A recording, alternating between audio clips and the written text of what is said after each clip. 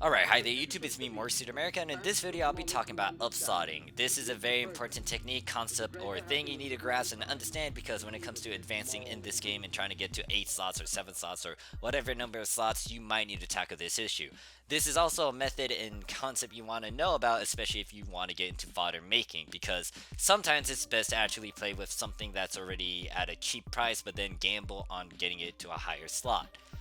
If you want to get into the meat of the video, or if you haven't seen my other videos, in the description there will be time skips and also video links talking about various other concepts like what is affixing, why you should do it, and some other things like stacking abilities. Now, those two video stacking abilities and using souls to your advantage, you want to check those out first before you check this video out. And also you can find the playlist and stuff on the upper right hand corner as well with the exclamation point. Before I get started with this video, also, if you haven't seen my video talking about the basic rules or things you gotta consider when it comes to affixing, go to that video, upper right hand corner of the screen, and click on the time skip in the description. Go to point number 6. That one's the important one that will help you out with this upslotting method.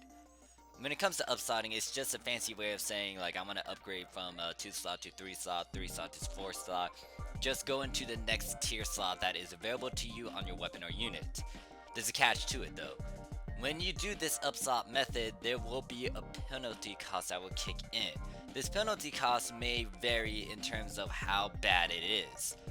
There's going to be a bunch of numbers on the screen. It's going to give you an ideal rough estimation of what the penalty cost is going to be if you upgrade from 2 slot to 3 slot, 3 slot to 4 slot, etc, etc. Also know that when it comes to upslotting, you cannot skip numbers. So for example, let's say you want to try to get to a 4 slot but you got a 2 slot, you will have to get to a 3 slot first before you can get it into a 4 slot. On the screen right now, I have a formula prepped and ready for you guys. This is just to demonstrate the penalty cost when it comes to getting from a 7 slot to an 8 slot. This is the highest penalty cost compared to all the other ones. I'm using a bunch of junk abilities because it will easily demonstrate my point. They're all at 100%. If I try to aim for an 8 slot right now, let's say I use junk F, you can see that the penalty cost kicked in and it did a negative 70%. That is a lot, even though you're trying to get to an 8 slot. The thing is, you can use a 60% and you can do this on a boost week, and then that can be easily at 100%, meaning that there's no bullshit when it comes to RNG fucking you over, or Monaco Doodoo fucking you over. But the problem is this, you don't want to use the 60% on these abilities. Now, that's on your call if you want to, especially if you're trying to get like a base material, like a 1-star, 3-star to be your base fodder piece for your affixes. Go ahead and do that, but in all honesty, you shouldn't really use the 60% on these lame abilities. You should just try to gamble it because one, if it's a low rarity unit that you're trying to get to an A slot, you should gamble. You don't need to spend as much. That's the entire point of using low rarity units, so it doesn't cost you as much. Granted that, you know, if RNG is very, very shitty on you and you start to, you know, lose a bunch of money from doing it, then yeah, you should stop. Yes, it's a bit daunting and it's a bit terrifying to stare at such a high penalty cost kick in and skew all those numbers to something that is really, really hard to deal with, especially with all these boosters that you can have or whatever boosters that may be available to you. But the thing is this, if you watch my videos, especially on Affixing 101, and know about all these different little things, you can easily tackle this issue.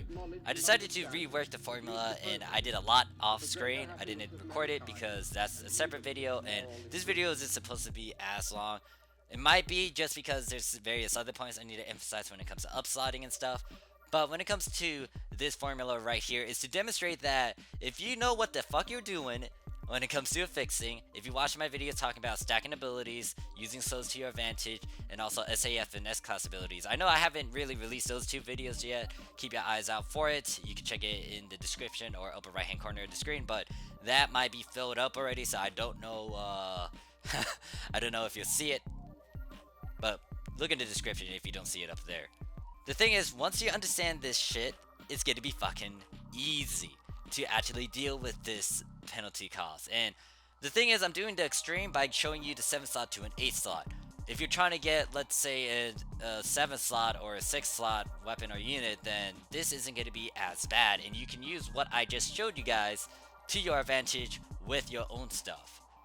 Alright, so here's the thing about special ability factors, which I didn't really release the video yet, or I didn't showcase that video just yet. If you watch that video and you decide to come over here, then, you know, you saw it first, and good job on you. But the thing about SAF is that it is at 100% until you try to upslot. You'll see it kick in a bit. Now, when it comes to these S5, S4s, S3 abilities, these S-class abilities, they are very unique in terms of what it can do. And I think, well, no, I'm going to leave just one of them up here, so that's going to happen. Now, Power 3, just by itself, is only going to be at 60%. However, in this formula, I have 3 other copies of Power 3, or I actually have 2 copies of Power 3 somewhere, and then I have Volso. Volso boosted up even further to get to 100%. The receptors are very, very handy because they can push any ability that it can boost to 100%. Granted that some abilities can't really go for 100%. For example, if you have a soul receptor, even if you have an Astro Soul, that thing isn't at 100%. Now, the only reason why Astro Soul is at 100% over here is because of the sheer fact that it's a SAF. That's a different story. So if I wanted to, I can get Biari Soul because of that soul receptor, but I'm gonna stay with Astro Soul. Any fevers will give you 100% guaranteed, but I'm gonna try to gamble for Arcs Max. Then I also will gamble for Doom Break 3. You can see that these percentages are pretty low because there's no way to get 100% with these things. You have to gamble at that percentage. Unless later on they decide to have an item that can boost it, but I highly doubt it. Mark is a one-time ability that you can only find on weapons, and that cannot be transferred unless you have a Mark Receptor. Mark Receptors can only be found on the AC items when you try to pull for it, meaning that you had to use real-life money to actually get it. Or you can go to the player shop and buy it off of someone who pulled for it, but it's going to be stupidly expensive. Sentence Power is going to be an ability you can get by farming Buster badges, no, Buster medals, and then you can trade it in the Buster shop. Now, I don't know how to get the Sentence Receptor for it. I think it's in that same shop, but I might be wrong. And then lastly, I'll talk about this thing over here, which is the special items you can also get from the scratch, and this will give you 100% guaranteed to transfer, except when you upslot. As you can see, all of these percentages got skewed heavily, except for the S5. S-class abilities ignore the upslot penalty. That is very, very useful, and I'll use that in my other video talking about S-classes and how you can use that for your fixes. But for now, you can see that all these percentages are quite low, but most of them are at 30%. If I have a 60%, slap it on there, and if it's 10% or higher, actually better yet, let's go with 15%.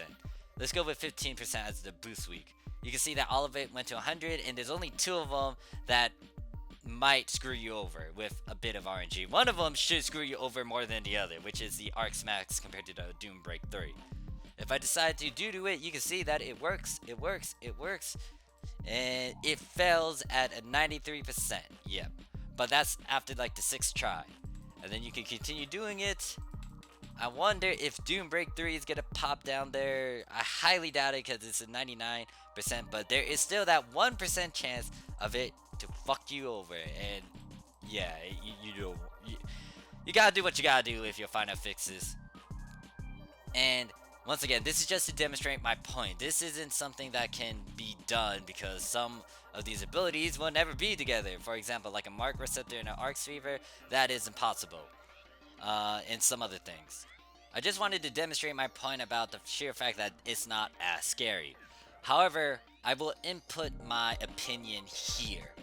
You shouldn't do any sort of final fixes by going through an upslot. If you're able to get the upslot first, get whatever main item that you need to a certain slot number, then start affixing it at that slot number, it will be a lot easier.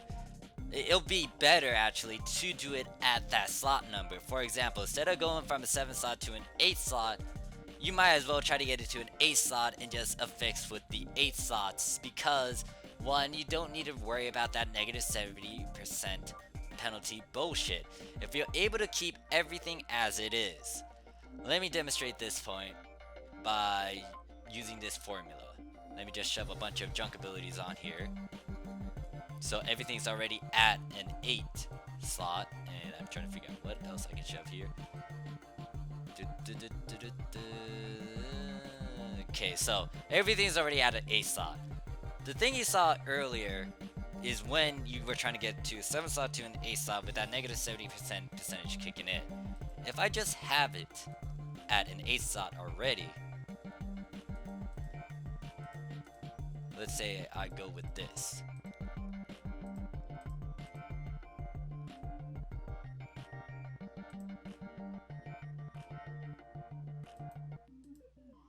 I'm missing something. Let's go with that. I use like, well, without using any sort of percentage, and let me get rid of that boost over there. You can see that this is easier. This is manageable. This is something that you got to be terrified of. You don't need to use a 60% even to get everything to 100%. And you don't even need a boost week as well. You can just slap on a 40% right here, and everything's at 100. Upslotting is very, very finicky, and you gotta know when to use it properly, which is gonna be the next point in a few minutes. I'm gonna be emphasizing on the sheer fact that you wanna do upslotting if you get a gamble and try to get a profit, or gamble so you can actually get materials you need for your own affixes at certain slot tiers, like for a 4 slot, 5 slot, or etc, etc. And also to help you save money, because when it comes to doing this upslot method, most likely you don't want to buy like a an 8 slot for a certain item just because it's stupidly expensive. But all in all, it's safer and better for you to get it at the number of slots you need it at, which is like an 8 slot, and affix it there. Don't upslot and try to get affixes as it is. If you want to, that's on you. I warned you why you don't want to do it though, because it might take a little bit more money to actually get these final fixes, but at the same time, you're not dealing with that negative 70%, and you're not going to be using something extremely rare like the 60%. I was going to emphasize on this point, or the points that I mentioned briefly, which is like how you can get a profit and how you can save a setup. Problem is, you can't do that if people are smart and are aware of what you're trying to do, and they make sure that the lesser fodder items are at a price that will still hurt you or make you break even if you try to gamble an upslot. Now, on the screen right now, you'll see one of my recordings of me trying to look at the market and explain that you could try to do such a thing, but then I realized the Doom Breaks, especially Doom Break 2s, and you trying to go into Doom Break 3, they're about the same price. Like, trying to get 4 Doom Break 2s, 4 slots, or like a couple Doom Break 2, 4 slots, and try to upgrade it to Doom Break 5 slots. I mean, Doom Break 3, 5 slots, excuse me.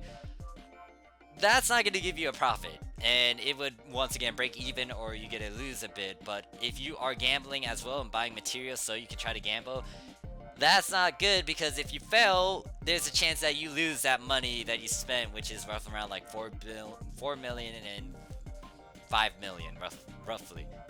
And it's like, yeah, no, I can't demonstrate this point visually, so this point was to emphasize on that. However, because of the player market, which I'll make in a separate video, which is why you gotta consider some factors that I explain in those videos, you can't really gain a profit. There is one way to actually gain a profit, but it's a separate video, which is to farm for your materials.